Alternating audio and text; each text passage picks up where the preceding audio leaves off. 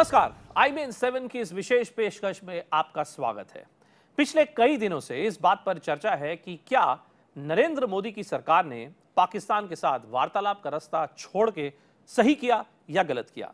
इन्हीं सब विषयों पर आज उन सब ज्वलंत मुद्दों का जवाब देने के लिए हमारी हॉट सीट पर हैं हुर्रियत कॉन्फ्रेंस के नेता मीरवाइज उमर फारूक साहब। फारूक साहब, स्वागत है आपका हॉट सीट पर हमारी।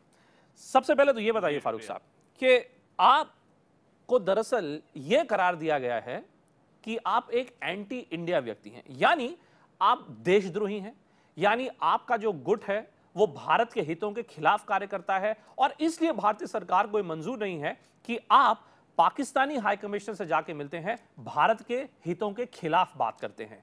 क्या आप इन सब आरोपों से एग्री करते हैं सर? बिल्कुल नहीं। देखिए, पहली बात तो ये है कि जहां तक कश्मीर के मुद्दे का सवाल है, कश्मीर का मुद्दे का हल हिंदुस्तान और पाकिस्तान के नेशनल इंटरेस्ट में है, बल्कि भारत के आवाम के हित में है।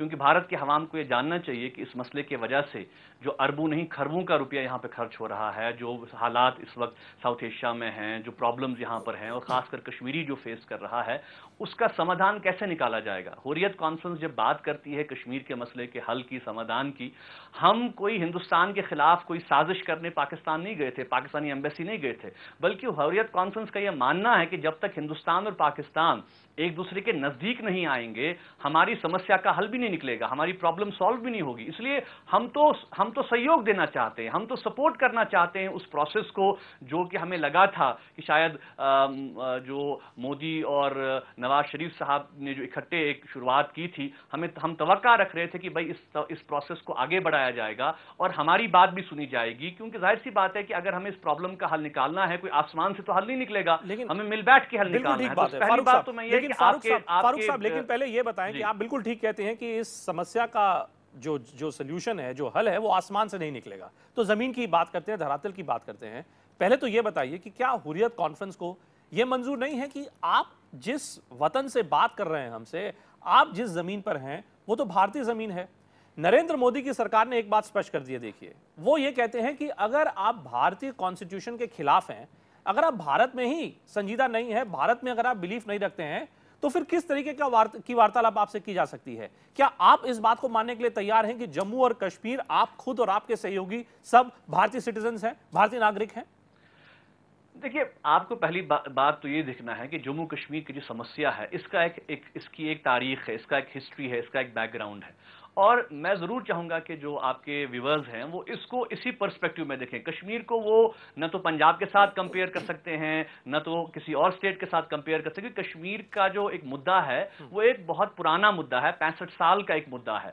हुर्रियत कॉन्फ्रेंस का ये मानना है कि जब हम कश्मीर की बात करते हैं, जम्मू कश्मीर की बात करते हैं, तो हम पूरे जम्मू कश्मीर की बात करते हैं जो 14 अगस्त 1947 को था, जिसमें कि 3 हिस्से हिंदुस्तान के कंट्रोल में हैं और 2 हिस्से पाकिस्तान के कंट्रोल में हैं। तो हमारा यह मानना है कि जब तक 5 हिस्सों को एक बार फिर मिलने का मौका नहीं दिया जाएगा, और उसके बाद वहां के लोग, चाहे इसमें मुसलमान हो, उसमें बुद्ध हो, हिंदू हो, सब मिलकर कोई फैसला नहीं करेंगे, तब तक इस समस्या का फाइनल हल तलाश नहीं किया जा सकता। और मेरी यही गुजारिश होगी कि भारत के अवाम से कि वो इसको कृपया करके कश्मीर के मसले को पाकिस्तान की एनेक्शन न देखें, क्योंकि उनको जो तस्वीर दिखाई जा रही है शायद हुकूमत की तरफ से कि भाई कश्मीर में शायद जो कुछ हो रहा है वो सारा पाकिस्तान करवा रहा है। कश्मीर के लोग, कश्मीर के अवाम जो है पिछले 65 साल से सफर कर रहे हैं। 20 साल में आप देखिए तकरीबन 1.5 लाख लोग मारे गए हैं इस कॉन्फ्लिक्ट में।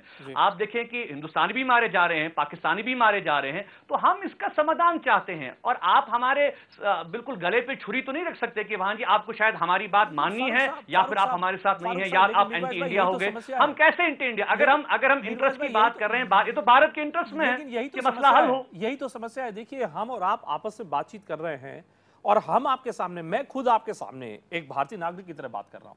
मैं आपसे यह पूछ रहा हूं कि आपके लिए क्यों इतना मुश्किल है यह कहना कि आप भारतीय नागरिक हैं?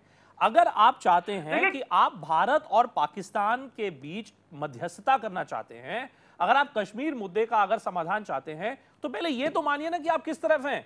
नरेंद्र मोदी तो यही कह रहे हैं कि अगर आप मानने को नहीं तैयार, मामला तो यही है ना, मामला तो यही है, किस तरह से चलेगा सर?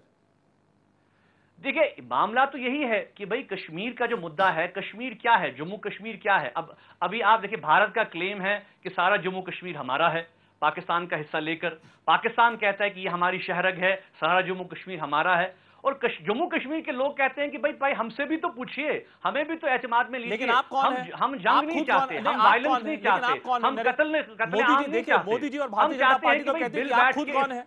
मोदी जी और भारतीय जनता पार्टी कहती है कि हुर्रियत कॉन्फ्रेंस कौन है ये कहने वाला, कि नहीं हम जम्मू और कश्मीर के लोगों की हिमायत करने वाले हैं। वो कहते हैं कि आपको किसने हक दे दिया, ये बताइए। हम उनसे यही पूछना चाहेंगे कि कुछ साल पहले तो आप ही के जो सबसे बड़े लीडर थे वाजपेयी साहब और अडवाणी साहब, उन्होंने तो हमें बुलाया, हमसे बातचीत की और हमसे ये कहा कि भाई आईन नहीं, संविधान नहीं, बल्कि इंसानियत बड़ी बात है और इंसानियत के दायरे में हम बात करेंगे। हम तो बड़े खुशी राजी आए, हमने बात की, तो दिल्ली में भी बात की, इस्लामाबाद में भी बात की। बदल गई राजनीति में। आप भी जानते हैं मीरवाइज भाई की राजनीति में जो सर्कमस्टांसेस होते हैं, जो स्थिति होती है, माहौल होता है, स्ट्रैटेजी बदल, मैं मानता हूं कि स्ट्रैटेजी बदल गई, मैं मानता हूं कि स्ट्रैटेजी बदल गई, लेकिन स्ट्रैटेजी बदलने से देखिए हकीकतें तो नहीं बदलती, मामला तो जू का तू है। अच्छा, आप हुर्रियत को छोड़िए, हम बात करेंगे उन पार्टियों की जिनको आप कहते हैं कि वो देशद्रोही नहीं है, जो नेशनल कॉन्फ्रेंस वाले हैं या पीडीपी वाले हैं, वो भी तो यही कहते हैं। वो भी तो कहते हैं कि भाई समस्या कश्मीर की हल करो,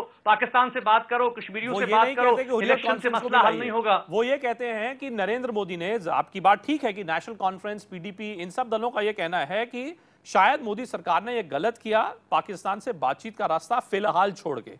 वो ये नहीं कह रहे लेकिन कि नहीं आप हुर्रियत कॉन्फ्रेंस से भी बात करिए। इसलिए मेरा आपसे प्रश्न ये है सर कि ये बताएं, बिल्कुल कहते हैं, मैं आपको याद दिलाना चाहता हूं, आपके नहीं, आप मेरी बात सुनिए, मैं आपके मोदी जी ये कहते हैं, साहब का इंटरव्यू आप ही ने किया था, मैंने किया था, आप ही के चैनल पे आया था, जिसमें उन्होंने कहा था कि भाई कश्मीर की समस्या जो है वो हुर्रियत हल करेगी, हमें बिजली, सड़क और पानी के मसले हल करने हैं और हमको वोट दीजिए। ये स्टेटमेंट मेरे पास है, अगर आपको चाहिए मैं आपको भेज दूंगा। वो ठीक बात है, लेकिन मेरा प्रश्न आपसे ये है सर, देखिए नरेंद्र मोदी जी की सरकार मई के महीने से यहां पर है।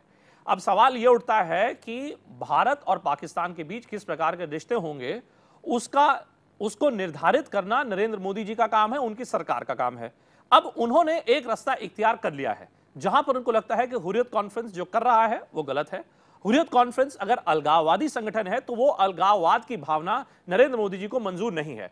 अब अगर मोदी जी को मंजूर नहीं है तो मीरवाइज फारूक साहब क्या करेंगे, आपके समर्थक क्या करेंगे, मैं ये समझना चाह रहा हूं। देखिए, पहली बात तो यह है कि जहां तक कश्मीर का मसला है, कश्मीर के लोगों का मसला है, कश्मीर के लोग जो है यहां ना तो कोई राजा है, ना हिंदुस्तान का यह हक बनता है, ना पाकिस्तान का यह हक बनता है कि वो मिल बैठकर फैसला करें। और ये क्या कोई बादशाहत है कि दो किंग बैठेंगे और बात करेंगे और कश्मीरियों को पूछेंगे भी नहीं, जम्मू वालों को पूछेंगे भी नहीं, आजाद कश्मीर को पूछेंगे भी नहीं। हम कब कहते हैं कि भाई हम ही हैं? हम कहते हैं कि सबको लाइए।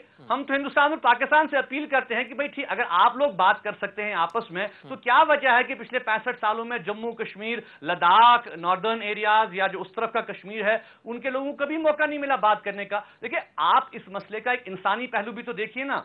आज आप 2014 की बात करें, आप यूरोप को देख लें, पूरा यूरोप एक हो गया, एक वीजा पे आप पूरा कॉन्टिनेंट जा सकते हैं। लेकिन कश्मीरियों के लिए बहुत बदकिस्मती की बात है कि एक लकीर खींच दी गई है, भाई यहां है, बहन यहां है, मां यहां है, बेटा यहां है। इसका तो एक मानवता का भी तो इशू है। आप चलिए छोड़िए नरेंद्र मोदी साहब की क्या पॉलिटिक्स है, कांग्रेस वालों की क्या पॉलिटिक्स है, हुर्रियत की क्या पॉलिटिक्स है, आप इसको एक मानवता की दृष्टि से देखिए कि एक इंसानी मसला है। और इस इंसानी मसले को हल करने के लिए अगर हुर्रियत भी अपना सहयोग देना चाहती है, इसको क्यों इसमें गुस्सा आने की क्या बात है कि भाई हुर्रियत वाले दिल्ली आ गए? हम कोई हिंदुस्तान के खिलाफ कोई साजिश तो नहीं कर रहे हैं, हम तो ये कह रहे हैं कि भाई हिंदुस्तान पाकिस्तान को मदद देना चाहते हैं। आप ये बार बार बोलते हैं कि आप हिंदुस्तान के खिलाफ कोई साजिश नहीं कर रहे, आप पाकिस्तान के साथ मिलकर कोई साजिश नहीं कर रहे। तो जरा ये तो बताइए कि जब आप पाकिस्तानी राजदूत से मिले तो क्या वार्ता हुई, जरा पहले ये बताइए हमको आप।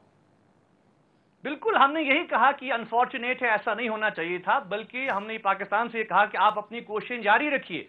चलिए ठीक है, राजनीति में, डिप्लोमेसी में इस किस्म के सेटबैक होते रहते हैं, कभी बातचीत होती है, कभी नहीं होती है, लेकिन हमने उनसे ये कहा कि जहां तक हुर्रियत का ताल्लुक है, कश्मीरी लोगों का ताल्लुक है, हमारा हित इस बात में है कि इंडिया पाकिस्तान एंगेज हो जाए, एक दूसरे के साथ बातचीत करें, एक दूसरे के साथ, और माहौल को बेहतर बनाएं। देखिए, क्योंकि दोनों न्यूक्लियाई ताकतें हैं, जंग इस मसले का हल नहीं है, वायलेंस इस मसले का हल नहीं है। तो मैं जाना ही नहीं चाहता। जंग के रास्ते में मैं जाना ही नहीं चाहता, और मैं ये बिल्कुल मैं इस प्रोग्राम को बिल्कुल इस तरीके से आप नहीं कर रहा देखिए आप कि कोई जंग इस भूपेंद्र जी, समस्या का कोई हल है, ये मैं नहीं आपसे एक कहता। सिंपल सवाल पूछना चाहता हूं। मैं आपसे एक सिंपल सवाल पूछना चाहता हूं। जब भारत सरकार ये कहती है कि भाई हमें बातचीत नहीं करनी है, और आप या हुर्रियत को चूज करें या कश्मीरियों को चूज करें या फिर दिल्ली से बात करें, गोया कि वो बातचीत के दरवाजे बंद कर रहे हैं। अगर बातचीत के दरवाजे बंद हो जाते हैं तो फिर तो हम फिर से कश्मीर को, यहां के हालात को वायलेंस की तरफ धकेल रहे हैं। देखिए, हमारा ये मानना है, हुर्रियत का ये मानना है कि ये नहीं होना चाहिए, बातचीत के दरवाजे कभी बंद नहीं होने चाहिए, बातचीत होनी चाहिए। आप हमसे एग्री मत करें, ठीक है, हम नहीं कहते कि भाई हमारी सब बातों से सही आप सहमत रहे हैं। ये बात से बात का निकलना जुमला बड़ा अच्छा है। देखिए, बात से बात का निकलना जुमला बड़ा अच्छा है, बड़ा अच्छा लगता है कहना कि हाँ बातचीत होती रहेगी, लेकिन मैं आपसे ये पूछ रहा हूं सर, ये जो बातचीत का दौर है ये तो कब से चला जा रहा है सर? अब मोदी जी, जिनको देश में बहुत बड़े पैमाने पर उनको युवा वर्ग का समर्थन मिला है, एक बहुत बड़ी पीढ़ी है भारत की जो कि शायद नहीं समझती कि 47 में क्या हुआ, 48 में क्या हुआ, जो स्पिरिट है शिमला अग्रीमेंट की शायद उससे भी नहीं भली भांति वाकिफ है, जो लाहौर अग्रीमेंट हुआ था शायद उससे भी भली भांति वाकिफ नहीं है। वो ये जानना चाहती है कि ऐसा दरअसल क्या हो रहा है जम्मू कश्मीर में कि एक गुट है वो ये भी मानने को नहीं तैयार है।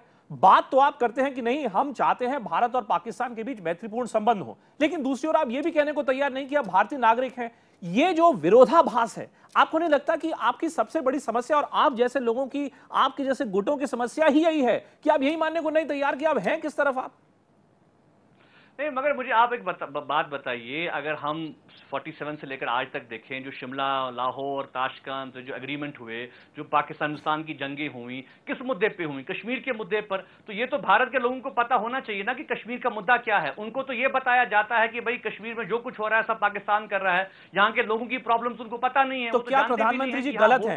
क्या प्रधानमंत्री जी गलत है फारूक साहब, जब वो लद्दाख जाके या कारगिल जाके जब वो ये कहते हैं प्रधानमंत्री मोदी जी कि देखिए पाकिस्तान हमसे जंग तो लड़ नहीं सकता, लेकिन वो इस प्रकार का कोवर्ट टेररिज्म जो है उसमें अपने आप को इंडल्ज करता है, क्या वो गलत है? हम तो तवक्का रख रहे थे कि मोदी साहब कोई अच्छी बात करेंगे, वहां पे कोई पॉलिटिकल बात करेंगे, ये कहेंगे कि भाई कश्मीर में पीड़ा है, कश्मीर में लोग जो है वो उनमें पेन है, एग्नी है, उसका कोई हल ढूंढेंगे। उसकी तो कोई बात उन्होंने कही नहीं, सिर्फ कहा कि भाई हम बिजली देंगे, हम रेल लाएंगे। ठीक है, देखिए बिजली, रेल, सड़क, पानी, ये सब चीजें जरूरत है इंसान को, लेकिन सबसे बड़ा मसला है कि भाई इंसान को इज्जत और वकार से जीने का हक होना चाहिए। और जो यहाँ पे कश्मीर के हालात हैं, आप खुद जानते हैं कि यहाँ पे ब्लैक लॉज हैं, यहाँ पे आफ्स्पा है, यहाँ पे अगर कोई किसी को गोली भी मारे उसके खिलाफ कोई कार्रवाई नहीं की सकती, क्योंकि उसको यहाँ पर एक लॉ उसको प्रोटेक्ट कर रहा है। तो हम भारत के ही नागरिकों से कहना चाहते हैं कि अगर आपको इतना दर्द है और इतना आप कश्मीर के लिए हैं, कि क्या वहां पे कोई हमारे लिए आवाज उठाता है? क्या किसी को पता है कि भाई यहाँ पे 10,000 लोग पिछले 20 सालों से लापता हैं? कहीं आप ये तो नहीं कह रहे, 7,000 कब्रें, गुमनाम कब्रें हैं। कहीं आप ये तो नहीं कह रहे कि दरअसल मोदी जी की सरकार का जो उनका रुख है, जो उन्होंने अब की बार जो रुख इख्तियार किया है, कहीं आप ये कहने का तो प्रयास नहीं कर रहे कि मोदी जी ने ऐसा इसलिए किया है क्योंकि जम्मू और कश्मीर में चुनाव होने वाले हैं, भारत के अन्य राज्यों में भी चुनाव होने वाले हैं? क्या आपको लगता है मोदी जी की जो मैचो उनकी इमेज है, जो उनका राजनीति का स्टाइल है, क्या उससे प्रेरित है? लगता तो यही है। और क्या वजह, देखिए और क्या वजह हो सकती है कि आउट ऑफ द ब्लू उन्होंने ये फैसला कर लिया कि भाई हमें बात नहीं करनी। और जाहिर सी बात है कि शायद कोई इलेक्शन का उनका मुद्दा यह है कि भाई इस मामले पे वो एक पोलराइजेशन की सियासत करना चाहते हैं। लेकिन मैं उनसे यही कहना चाहता हूं और बीजेपी वालों से भी ये कहना चाहता हूं कि देखिए आप ऐसी एक सिचुएशन पैदा कर रहे हैं जिससे कि हम फिर से एक ऐसे माहौल में खड़ा हो जाएंगे जो कि माहौल हम नहीं देखना चाहते, कि फिर से वायलेंस और फिर से तशद्दुद हो।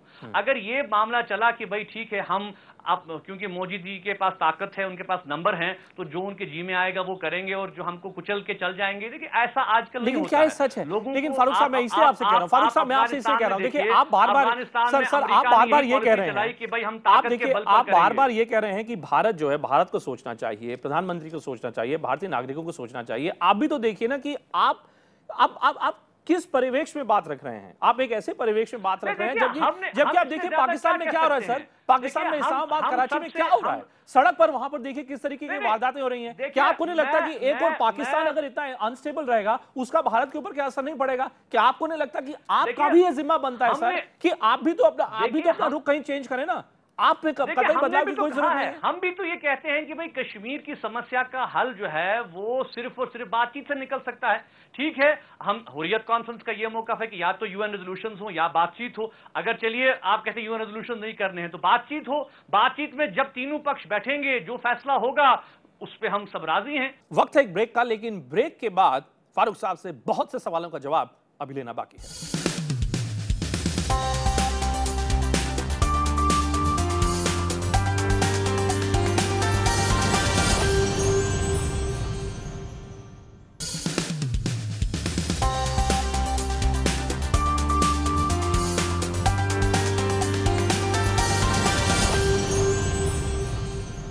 हमारी हॉट सीट पर आपका एक बार फिर स्वागत है। फारूक साहब, वाजपेयी साहब की डॉक्यूमेंट ठुकरा दी गई मोदी जी द्वारा, बड़ा स्पष्ट है वो तो। मगर हम ये कहते हैं कि भाई इस सारे सिचुएशन के हवाले से तो फिर तो आप रास्ते बड़े महदूद कर रहे हैं, फिर तो रास्ते बड़े तंग हैं, फिर तो आगे चला ही नहीं जा सकता। फिर तो आज आपने कह दिया पाकिस्तान से कि हम जी बात ही नहीं करेंगे। क्या आप इस बात के लिए तैयार हैं? है कि भाई हम तो कश्मीर में हमेशा बात क्या आप इस बात के लिए तैयार हैं? अगले 5 साल तक जब तक ये सरकार में कोई बातचीत होगी नहीं। साहब, क्या आप इस बात के लिए तैयार हैं फारूक साहब कि अगर मोदी सरकार को हुर्रियत कॉन्फ्रेंस की पाकिस्तान वार्तालाप से अगर इतनी दिक्कत है, आप खुद क्यों नहीं प्रयास करते कि आप मोदी सरकार से मिलें?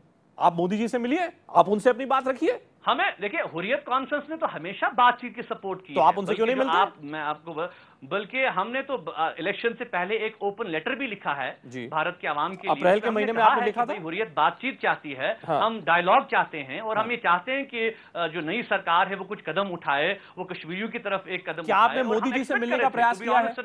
क्या आपने प्रधानमंत्री मोदी से मिलने का प्रयास किया? कारगिल के जो आपने प्रधानमंत्री मोदी से मिलने का प्रयास किया? नहीं, देखिए ना, अभी जब प्रधानमंत्री भारत के जब यहां आए कश्मीर, 2 बार वो यहां पे आए, उन्होंने तो कश्मीर की समस्या का जिक्र भी नहीं किया, कोई बात भी नहीं कही। हमारा तो ये मानना है ना कि कोई पहल होती कि हम भी उसका कोई रिस्पॉन्ड देते कि भाई अच्छी बात है। हम इसका, जैसा कि जिन्होंने जो होम मिनिस्टर हैं राजनाथ सिंह साहब, उनका एक बयान आया था कि हम तो वाजपेयी साहब के इसको आगे बढ़ाना चाहते हैं, तो राज्यसभा में उनका बयान है। तो अब मोदी साहब कुछ कह रहे हैं, राजनाथ सिंह साहब लेकिन फारूक साहब अंत में कह रहे हैं, तो पहले तो फैसला बीजेपी को करना है। फारूक साहब देखिए, अंत में जो एक स्थिति जो उत्पन्न होकर आती है, फारूक साहब जो एक स्थिति उत्पन्न होकर बड़े स्पष्ट शब्दों में बाहर आती है वो ये है कि चाहे राजनाथ सिंह हो चाहे नरेंद्र मोदी हो, मौजूदा भारतीय जनता पार्टी सरकार का यह मानना है कि पाकिस्तान के साथ अगर कुछ वार्तालाप होगा या जम्मू और कश्मीर की आवाम के साथ कुछ वार्तालाप होगा तो वो भारतीय कॉन्स्टिट्यूशन के परिवेश में ही होगा, इसके आगे वो जाने वाले नहीं। क्या आप इसके लिए तैयार हैं? नहीं, देखिए, मैं समझता हूं कि भारत और पाकिस्तान तो बात कर रहे थे, लेकिन आप कुछ साल पहले ही आप देख लीजिए कि दोनों तरफ से बात हो रही थी। मुशर्रफ के फार्मूला को नहीं सर, देखिए इतिहास में नहीं जाइए, इतिहास में नहीं जाइए, मैं इससे कह रहा हूं इतिहास में जाना मेरे ख्याल से भूल होगी, इतिहास के लिए भूल होगी, क्योंकि मोदी जी नहीं चाहते इतिहास में जाना। सर, मोदी जी चाहते नहीं इतिहास में जाना कि मोदी साहब आगे हैं तो सब कुछ बदल गया है। मैं ये नहीं कह रहा, मैं बिल्कुल नहीं कह रहा, मैं कह रहा हूं लेकिन वो इतिहास में नहीं जाना चाहते, वही है, वो इतिहास में नहीं जाना चाहते। आप भविष्य के लिए क्या कोई और कदम आप उठाने के लिए तैयार है? नहीं, क्या आप एक खाली स्लेट से चलने के लिए तैयार है? नहीं, तो या बात वही 47 से होगी? बातचीत के पक्ष में रही है हुर्रियत कॉन्फ्रेंस, हमेशा जो इन्वॉल्वमेंट और डायलॉग के पक्ष में रही है, और हम चाहते हैं कि भारत की सरकार की तरफ से कुछ इकदाम उठे, कोई कदम उठे जिसमें कि वो हमसे भी बात करें, जिसमें कि वो पाकिस्तान से भी बात करें। और बल्कि मैं तो ये कहूंगा कि दोनों मुल्क कोशिश करें कि भाई आर पार के जो कश्मीरी डिवाइडेड हैं, जम्मू कश्मीर लद्दाख के और हुंजा के, बिल्किस्तान के और बाकी के, उनको भी मौका दिया जाए बात करने का। क्योंकि देखिए, अगर मैं बड़े अदब से गुजारिश करूंगा कि भारत के लोगों से हम ये कहना चाहते हैं और आपके प्रोग्राम के जरिए से कहना चाहते हैं कि देखिए, कश्मीर की समस्या को समझिए। ये समस्या जो है, ये आप इसको कंपेयर नहीं कर सकते। फारूक साहब, मैं आपकी बात बिल्कुल मान रहा हूं, और इसके हल के लिए हमको सबको मिलकर काम करना है। लेकिन मुझे लग रहा है कहीं ना कहीं अंत में कहीं ना कहीं आप भी शायद इस बात को मानने के लिए तैयार नहीं है कि इस चुनाव के नतीजों के बाद कुछ माहौल भी बदल सा गया है, राजनीतिक माहौल कुछ बदल सा गया है। मोदी जी चाहते हैं कि बदलाव हो।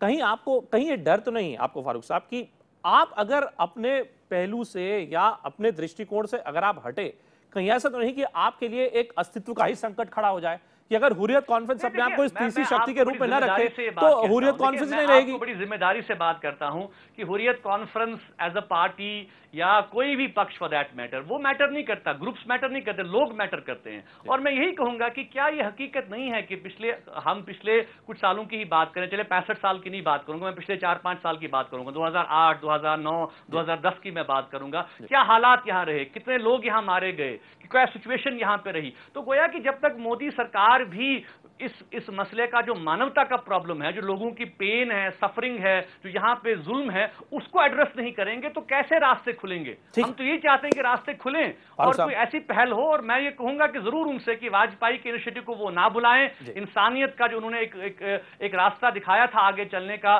तमाम पक्षों के लिए, वही एक रास्ता जो है जिसमें हम सब मिलकर इस समस्या का समाधान ढूंढ सकते। फारूक साहब, आप हमारी हॉट सीट पर आए, आपका बहुत बहुत धन्यवाद। अंत में सिर्फ इतना ही कहना चाहूंगा कि उम्मीद रखता हूं कि आने वाले समय में कोई तो एक दिन ऐसा आएगा जब हम और आप एक दूसरे को इस अलग अलग दृष्टिकोण से नहीं देखेंगे। आखिरकार हम सब हैं तो भारतवासी ही, तो भारत के हित में क्यों न बात की जाए। आप सभी का हॉट सीट को देखने के लिए बहुत बहुत धन्यवाद।